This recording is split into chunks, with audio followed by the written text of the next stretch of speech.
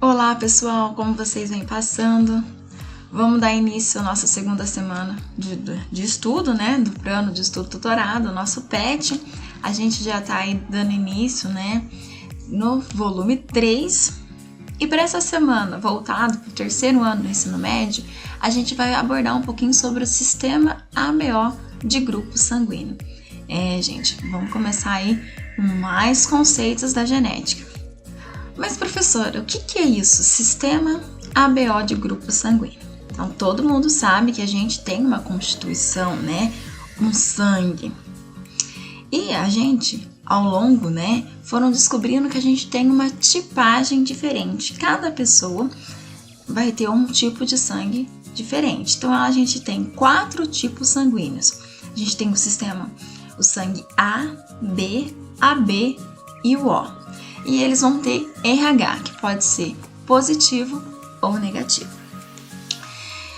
Como que eles foram descobrindo essa tipagem? Tudo começou, gente, em 1667, quando eles começaram a primeira transfusão de sangue. Eles pegavam pessoas que viviam nas ruas, indigentes, vamos dizer assim, pegavam sangue de animais e tentavam fazer a transfusão. As pessoas acabavam morrendo, porque não tinha nenhum estudo profundo em relação a isso. E aí, em 1829, teve a primeira transfusão de sangue entre humanos. Por que eles chegaram e falavam assim, nossa, precisa receber sangue? Porque naquela época, as mulheres que ficavam grávidas, na hora do parto, sofriam hemorragia. Então, a maioria das mulheres acabavam tendo uma hemorragia muito forte e necessitavam de sangue. E aí, eles acabavam fazendo essa transfusão, mas sem saber, né, especificamente como que isso deveria ocorrer. E acabava que as pessoas acabavam morrendo, porque não era o tipo de sangue específico. Aí foi apenas lá no século XX que um pesquisador chamado Cal, que ele conseguiu saber realmente como que ocorria essa relação entre a tipagem sanguínea. Então aí a gente tem essa relação sobre o grupo sanguíneo certinho. Então, como vocês podem ver na tabela, a gente tem a hemácia, né? A gente tem o tipo A, B, o AB e o O. E cada um vai ter antígenos, né, que a gente chama de aglutinogênios específicos, e cada um vai ter anticorpos também, que a gente chama de aglutininas. Por exemplo, aqui, o grupo A, ele tem antígeno A, e ele tem um anticorpo anti-B. Então, isso significa que, se uma pessoa do grupo do tipo A receber o sangue do tipo B, vai ter alguns sérios problemas, tá? Mas, professora, o que acontece? A pessoa recebeu um sangue, né, diferente. Então, a pessoa ela pode dar febre, coceira, às vezes até ataque cardíaco, porque essas hemácias começam a ser destruídas. A partir do momento que você colocou num organismo um anticorpo, né, diferente daquele que ela tem, ela vai começar a destruir as suas hemácias, então isso vai causar algum efeito. Ali, ó, por exemplo, no grupo B, ele tem o antígeno B e o anticorpo anti-A, então o do B não pode receber de uma pessoa que tem um tipo sanguíneo A. No AB, ela já tem o antígenos A e B, então ela não vai ter o anticorpo para nenhum desses dois tipos. Então ele é considerado um receptor universal. Então, o AB ele pode receber do A, do B e do O. Então, ele é um receptor universal. E a gente tem o tipo O. O tipo O, ele não tem nenhum aglutinogênios. Então, por esse fator, ele é considerado um doador universal. Ele doa para todo mundo, mas ele não recebe de todo mundo, porque aí ele já tem o quê? Um anticorpo anti-A e anti-B. Aqui, né, nesse esqueminha fica até mais fácil da gente compreender como que é isso aqui. A gente tem um receptor universal, o AB, que está aqui no topo, então ele recebe do A, do B, dele mesmo e do tipo O. A gente tem aqui o grupo A, então o grupo A ele recebe dele mesmo, doa para o AB e recebe do O, certo? O tipo O, tá vendo que ele doa para todo mundo. Ele doa para o A, doa para o B, doa para o AB, doa para ele mesmo, só que ele não recebe o quê? De ninguém, só dele mesmo. Por isso que ele é doador universal, só que ele não é receptor, já como o AB. E o B, no mesmo caso, ele recebe do O, recebe do AB e recebe dele mesmo. Então, o que acontece? Cada um desses, dos sistemas, 4 tipos sanguíneos, ele é considerado como um fenótipo. Tá? Lembra que a gente falou nas últimas aulas sobre o que é um fenótipo, o que é um genótipo? O genótipo, são as características, são os nossos genes, que vão ser codificados e vão expressar uma característica. O fenótipo é aquela característica aparente. Então, o que eu mostro, a cor dos meus olhos, a cor da minha pele, o meu cabelo, é o meu fenótipo. No tipo sanguíneo, eu tenho o fenótipo A, B, AB e O. E eu tenho o genótipo específico para isso. Então, no fenótipo A, eu tenho o genótipo Isão A ou Isão A, Izinho. No B, eu tenho Isão B ou Isão B, Izinho. No AB, eu tenho Isão A, Isão B. E no O, eu só tenho Izinho, Izinho.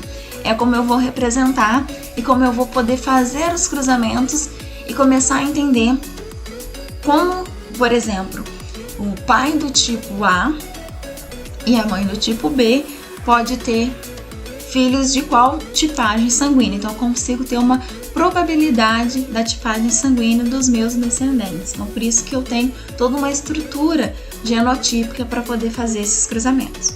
Então, aqui vamos entender um pouquinho melhor sobre essa tipagem. Então, a gente sabe que se uma pessoa ela vai receber um tipo de sangue diferente do dela, ela vai sofrer alguns problemas. Lembra que eu falei? Pode dar febre, ataque cardíaco, coceira na pessoa, porque as suas hemácias estão sendo degradadas.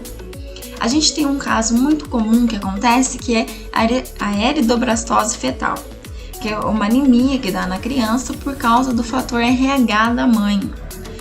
A mãe, ela é RH negativo e a criança é RH positivo.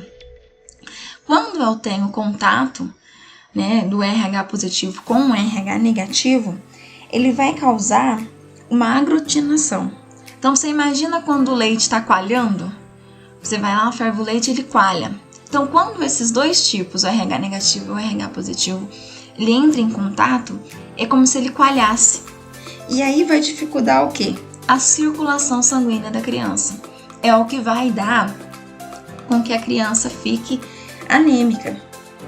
Então, nesse caso, o que acontece? Por isso que é muito importante para Natal a mulher fazer os exames, saber a tipagem sanguínea, qual o fator RH dela. Porque se ela é RH negativo, ela tem que tomar uma vacina específica para que não aconteça a aglutinação e a criança seja prejudicada.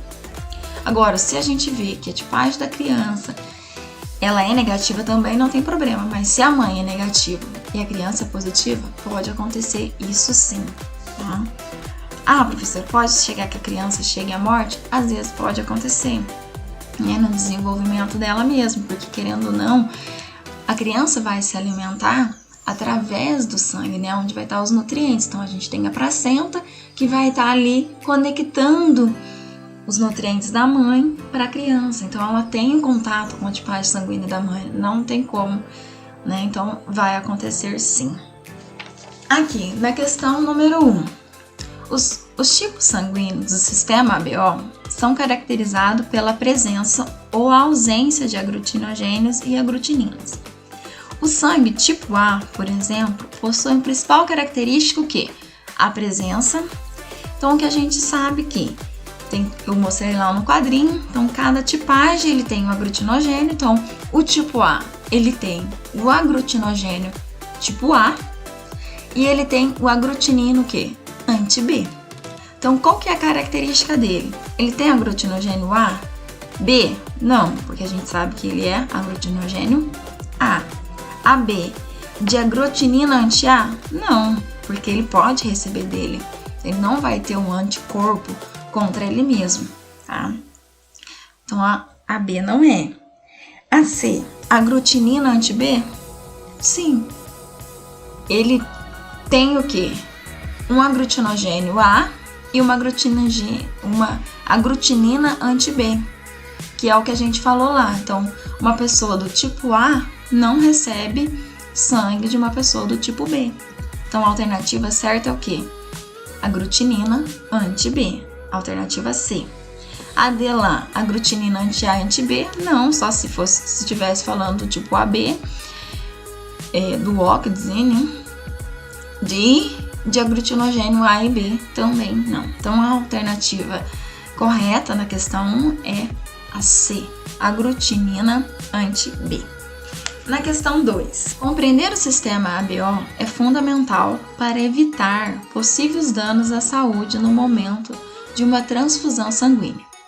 Imagine, por exemplo, que uma pessoa com sangue tipo A recebe uma doação do sangue tipo B. Essa ação poderia ocasionar a morte do indivíduo, uma vez que podem ser formados aglomerados de hemácias que destroem a passagem do sangue. Isso ocorre por quê? Então lá, as hemácias do doador possuem aglutininas anti-A que atacam a hemácia do receptor? Não, né? Porque se ela é do tipo A, ela não vai ter uma aglutinina anti-A. B. No plasma do receptor, existe aglutininas anti-B, que atacam a hemácia do doador? O que vocês acham? Sim, não é? A gente sabe que uma pessoa do tipo A, ela vai possuir aglutinogênio A e aglutinina anti-B. Então, ao receber o tipo B, automaticamente o que? Vai acontecer um aglomerado. Lembra que eu falei do exemplo do leite, né? Coalhando, então aglomera ali. Aí depois as outras alternativas. A C, no plasma do doador existe aglutininas anti-B que atacam as hemácias do receptor. Não vai, né? Não também. D, as hemácias do doador possuem aglutinogênios B que reagem com aglutinogênios A na hemácia do receptor. Não. E no plasma do doador existe aglutininas anti-A e anti-B que atacam as hemácias do receptor? Também não. Então, aqui no caso da questão 2, a alternativa correta é a alternativa B, né? Que no plasma do receptor existe aglutininas anti-B que vão atacar as hemácias do doador e não do receptor, como fala na C. A questão 3. Imagine que um homem do tipo sanguíneo O casa-se com uma mulher de sangue tipo AB. Qual é a probabilidade, né, desse cruzamento gerar descendentes de sangue tipo O? Então, aqui o problema trouxe assim. Então, eu tenho um homem, né, que tem o tipo O e tenho uma mulher que tem o tipo AB. Então, a gente sabe primeiramente que os genótipos do tipo O é izinho, izinho, como vocês estão olhando aqui. O, izinho, izinho. Do AB é isão A, isão B. Se eu fazer o cruzamento entre esses dois indivíduos, eu vou obter o quê? Então, sempre é aquela ideia de chuveirinho. Isão A, izinho, isão A, izinho. Isão A, izinho, isão A, izinho, isão B, izinho e isão B, izinho. Então, aqui eu tive 50% de chance de ter uma criança do tipo A e 50% do tipo B. Se no caso a mulher ela fosse do tipo A, o A, por exemplo, ela podia ter, né, um gene do tipo O. Então aí teria uma probabilidade de ter uma criança do tipo O, mas nesse caso não, tá? Eles vão ser heterozigotos. Tem, né, a chance, tem os genes pro tipo sanguíneo O, mas não vai se manifestar, tá joia? Caso esses descendentes dos filhos dele tiver filhos, pode ser que os filhos dos filhos dele tenham o tipo sanguíneo O, mas nesse caso ele só vai ter 50% de ter A e 50% de ter o tipo B.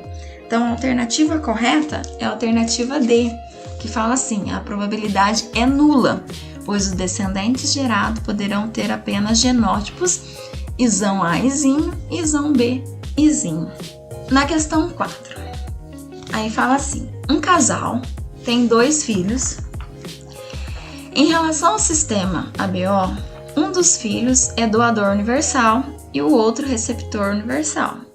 Considere as seguintes possibilidades em relação aos fenótipos dos pais. Então, o que acontece? A gente sabe, primeira informação que ele trouxe. Então, um dos filhos é doador universal. Se ele é doador universal, ele é o quê? Izinho, que é do tipo O. E se um outro é receptor universal, ele é isão A, isão B, do tipo AB. Tá joia? Então, como que eu vou saber a relação dos fenótipos dos pais? Aí, as informações que trouxe. Um deles pode ser do grupo A e o outro do grupo B? Sim, né? Porque eles podem ser, por exemplo, o pai, né? Ali eu coloquei a mãe, isão A izinho, e o pai, isão B izinho. Né? Eles podem ser heterozigotos. Na hora de fazer o cruzamento, eu vou ter probabilidade de 25% de ter um filho AB, 25% de ter um filho do tipo A, 25% de ter um filho do tipo B e 25% de ter um filho do tipo O. Tá? Então, a primeira afirmação, que um deles pode ser do grupo A e o outro do B, tá certo? A 2, um deles pode ser do grupo AB e outro do grupo O. Também não, porque aí ele não geraria, se eu fizesse o cruzamento, filhos do tipo AB e do O, tá? Então, ele é falso também, tá? Lá, A3. Os dois podem ser do grupo AB. Os dois podem ser do grupo AB? Não, por quê? Porque a gente sabe que tem um doador universal, né? O que refuta a hipótese, então quer dizer que não pode. Então, quais estão corretas? Então, a única afirmação que está correta é a 1, que um deles pode ser do grupo A e o outro do grupo B. Tem analisando ali o cruzamento que a gente fez. Fica perceptível isso, né? Que ele tem 25% de ter um filho do grupo O e 25% de ter um filho do grupo AB. Na questão 5, se um homem apresenta o tipo sanguíneo O e uma mulher o tipo sanguíneo AB, qual a probabilidade desse casal ter uma filha do tipo sanguíneo B? Então, voltamos lá. Então, a gente sabe que o tipo sanguíneo O é o quê? Izinho. Então, eu tenho um homem aqui, izinho. E a mulher do tipo sanguíneo AB. Então, ela é isão A, isão B. Eu fazendo o cruzamento, lembrando como faz o cruzamento, sempre é o primeiro com o segundo, depois o segundo com o primeiro e o segundo com o segundo. Eu fazendo esse cruzamento, eu tenho isão A izinho, isão B izinho, isão A izinho, isão B izinho. Então, eu tenho 50% de ter uma filha com tipo sanguíneo B e 50% de chance de eu ter uma filha do tipo sanguíneo A. Eu tenho o quê? Então, meia, né, 1/3 de chance de cada um. Se eu fizer uma probabilidade aqui, então eu tenho 1/3 e 1/3, vai dar 1/4, ou que a gente chama de 25% de chance. Então, aqui eu tenho o quê? Das probabilidades, a alternativa que encaixa é o quê? A C, 1/4 de chance, ou a gente fala 25% de ter uma criança do tipo sanguíneo B. Então aí, pessoal, a gente vai ficar por aqui. Se vocês tiverem dúvidas, vão participando do canal, deixe seus comentários. A gente está passando por um momento difícil, mas a gente vai superar esse momento. Então, se inscreva no canal, acompanhe as correções e até a próxima semana.